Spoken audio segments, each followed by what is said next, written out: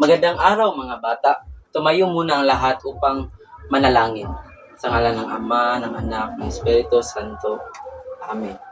Bago kayo umupo mga bata, ay pakipulot muna mga basura na nasa paligid at pakiayos ang inyong mga upuan. At pagkatapos ay kayo ay umupo na.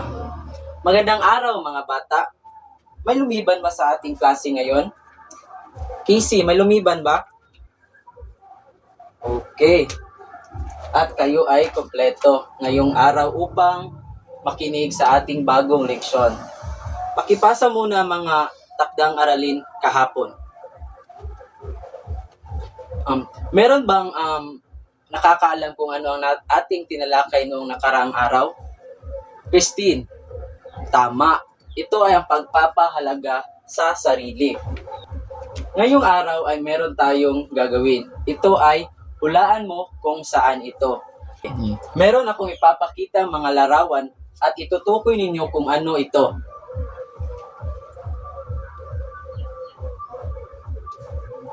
Larawan 1. Sam, ano nakikita mo sa larawan? Tama, ito ay ang paaralan.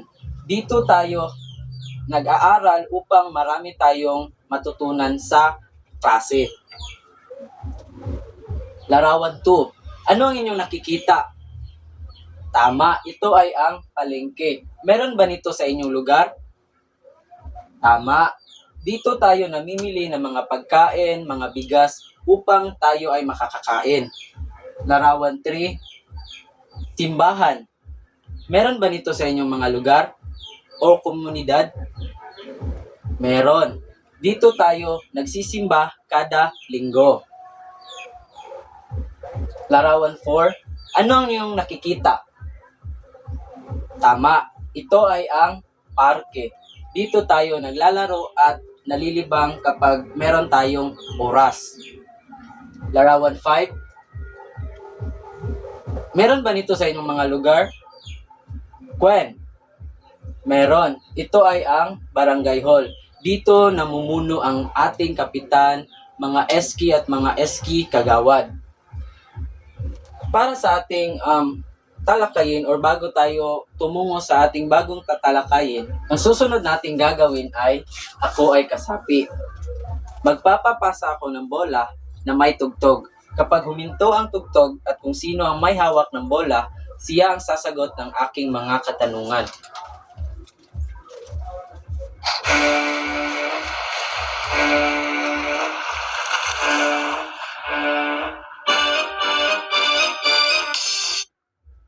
Okay, Karil, nasa iyo ang bola.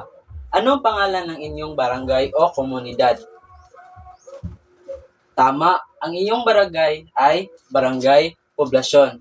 Diyan ka nakatira. Next.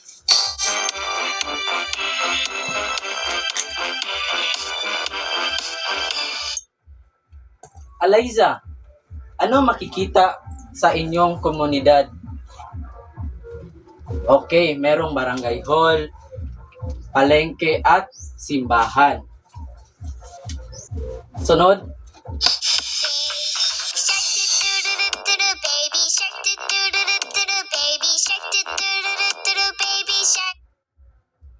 Gwen, ikaw ang may hawak ng bola. Sino-sino ang kasama mo sa komunidad? Tama. Ang kasama mo sa komunidad ay iyong pamilya, mga kapitbahay at mga namumuno sa inyong barangay. Anong napansin niyo sa inyong mga sagot? Tama, kayo ay pare-pareho. Pare-pareho ba tayong may kinabibilangang komunidad? Tama, tayo ay may pare-pareho kinabibilangang komunidad. Anong kahalaga ng komunidad sa atin? Casey, tama, dahil dito tayo naninirahan at namimili ng mga pagkain. Christine May, paano tayo magiging mabuting kasapi ng komunidad? Tama, pahalagahan natin at ingatan natin ang komunidad. Base sa ating ginawang aktibidad, mayroon na ba kayong ideya kung ano ang ating tatalakayin sa araw na ito? Okay. Pero bago tayo tumungo sa ating bagong aralin, ay babasahin ko muna ang layunin. Pagkatapos ng klase, kayo na mag-aaral ay inaasahang nasasabi na sila ay kasapi ng isang komunidad, nakakaguhit ng kanilang sariling komunidad, na ipapakita ang pagmamalaki at pagpapalaga sa kanilang komunidad sa pamamagitan ng pakikilahok sa gawain. Nasusunod ang mga simpleng alintuntunin bilang mabuting kasapi ng komunidad. Ang ating bagong tatalakayin ngayong araw ay ang aking komunidad. Ang komunidad ay lugar kung saan sama-samang namumuhay ang mga tao. Ito ay maaring barangay o lugar kung saan tayo nakatira. Bawat bata ay kabilang sa isang komunidad. Ang komunidad ay mahalaga dahil dito tayo nakatira, nag-aaral, namimili, nagsisimba, at nagtutulungan. Mga bata, ang komunidad ay kung saan tayo nakatira. Ikaw, Gwen, kung saan ka nakatira, ang tawag dyan ay komunidad. Kung saan tayo nakatira, pwede tayo mag-aaral, mamimili at magsisimba o magtutulungan sa ating mga kapwa. Ang komunidad ay parang isang malaking pamilya. Ang mga tao rito ay nagtutulungan at nagkakaisa upang maging maayos at masaya ang kanilang lugar. Ang komunidad, mga bata, ay isang parang malaking pamilya. Dito tayo nagtutulungan at nagkakaisa upang maging maayos. So dito tayo nagtitipon at nag-aayos ng ating sarili or nagtutulungan nang walang nag-uutos sa atin. Mga bahagi ng komunidad. Bahay. Dito tayo nakatira kasama ang ating pamilya. Dito tayo kumakain, nagsasaya kasama ang ating mga magulang. Paaralan. Dito tayo natututo. Katulad ninyo mga bata, ngayon, nag-aaral kayo sa paaralan upang marami kayong matututunan. Palengke o tindahan. Dito tayo bumibili ng pangangailangan.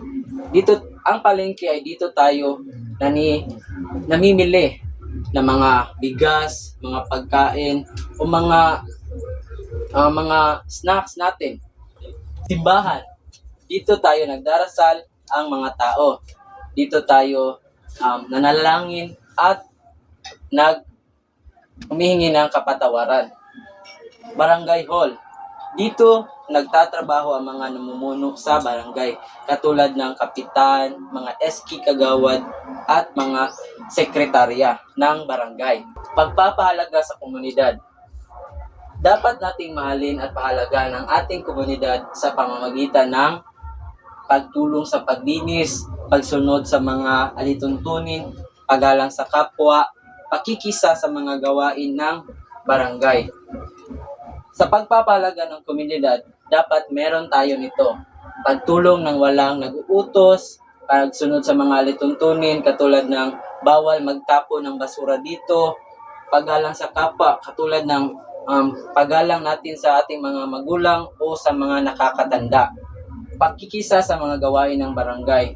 Halimbawa, merong mga organisasyon ang mga barangay na dapat kailangan ng ating presensya. So tayo mga bata or kayo mga bata ay kailangan sa barangay upang makinig sa mga leksyon o magbigay ng mga inyong opinyon.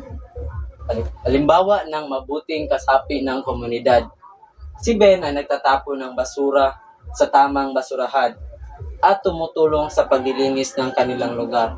Mga bata, si Ben ay sumusunod sa mga alintuntunin ng kanyang mga komunidad, katulad ng pagtapon ng mga basura sa tamang lagayan, paglagay ng kanyang mga basura sa mga nagagamit at hindi na nagagamit, at tumutulong din siya sa paglinis ng kanilang lugar.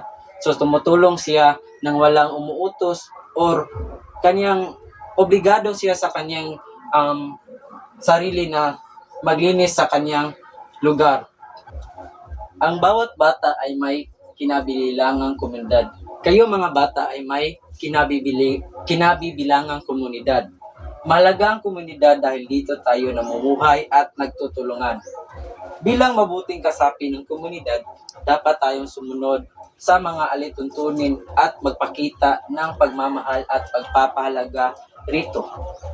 So dapat kayo mga bata ay nagtutulungan sa inyong mga komunidad upang mapanatiling malinis at maayos ang komunidad at magpapakita ng pagmamahal sa komunidad at pahalaga natin ito.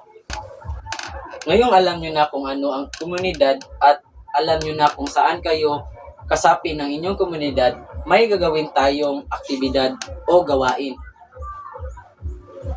Ito ay ang iguhit ang aking komunidad. Ang gagawin ninyo mga bata ay iguguhit ninyo ang inyong komunidad, panatilihin ninyo simple na may kasamang bahay, paaralan, palengke at barangay hall. Pagkatapos inyo ay ipasa ito sa akin at may itatanong akong mga tanong. Tapos na ba kayo mga bata? Ipasa ito sa harapan. Ngayong alam niyo na kung ano ang mabuting komunidad at kung paano maging mabuting kasapi nito. May inihanda akong pagsusulit upang matansya ko kung kayo ba ay nakaintindi sa ating tinalakay ngayong araw. Pagkatapos ninyong sumagot ay ipapasa ito sa harap.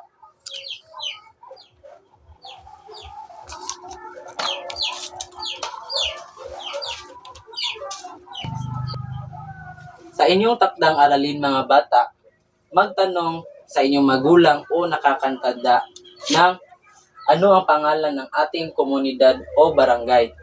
Dapat ipapasa ninyo ito sa susunod na klase at panatilihing maayos ang pagkakasulat upang maintindihan ko ng mabuti. Bilang isang mag-aaral, bakit mahalaga na malaman natin ang komunidad?